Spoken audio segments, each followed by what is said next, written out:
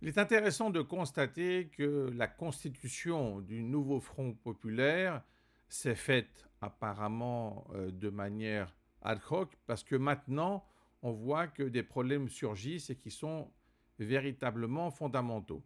Donc nous avons quatre partis, la France insoumise, le Parti communiste, le Parti socialiste et les écologistes qui ont constitué le nouveau Front populaire qui a obtenu 184 sièges, avec 78 sièges pour la France insoumise, 9 pour le Parti communiste, 69 pour le Parti socialiste et 28 pour les écologistes.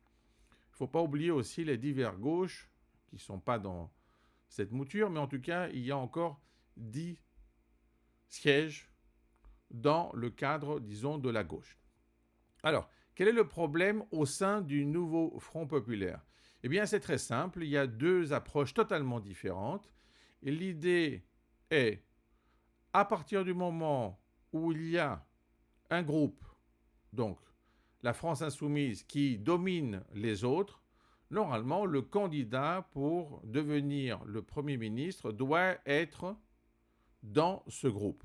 Ça, c'est évidemment la vision de la France insoumise. Mais l'idée, qui est sans doute plus démocratique, on verra ce qui va être choisi par la suite, c'est de dire, à partir du moment où tout le monde a signé un contrat, finalement, social, politique, comme vous voulez, pour créer le nouveau Front populaire, l'idée est la suivante, c'est que tout doit être fondu, une sorte de melting pot, si j'ose dire, et d'avoir l'ensemble des députés avec donc l'ensemble des députés du nouveau Front populaire, avec des candidats pour la fonction de Premier ministre qui doivent être choisis en votant de manière directe à partir de la base, c'est-à-dire des 184 sièges, des 184 députés, élire celui qui devrait représenter le nouveau Front populaire en tant que Premier ministre. Donc vous voyez, en fait, c'est deux points de vue totalement différents. C'est intéressant parce que en fait, ça correspond aussi à des données mathématiques.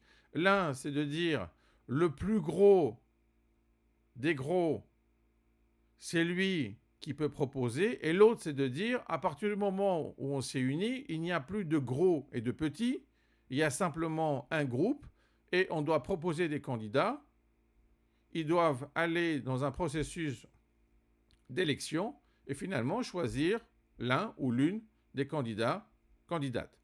Donc c'est une vision diamétralement opposée et qui montre bien que même sur le plan de la démocratie, il est très difficile dans une alliance de ne pas garder son parti. Donc l'idée c'est quoi?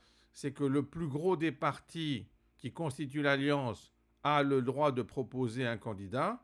Et l'autre idée, c'est qu'il n'y a plus de parti dans cette alliance.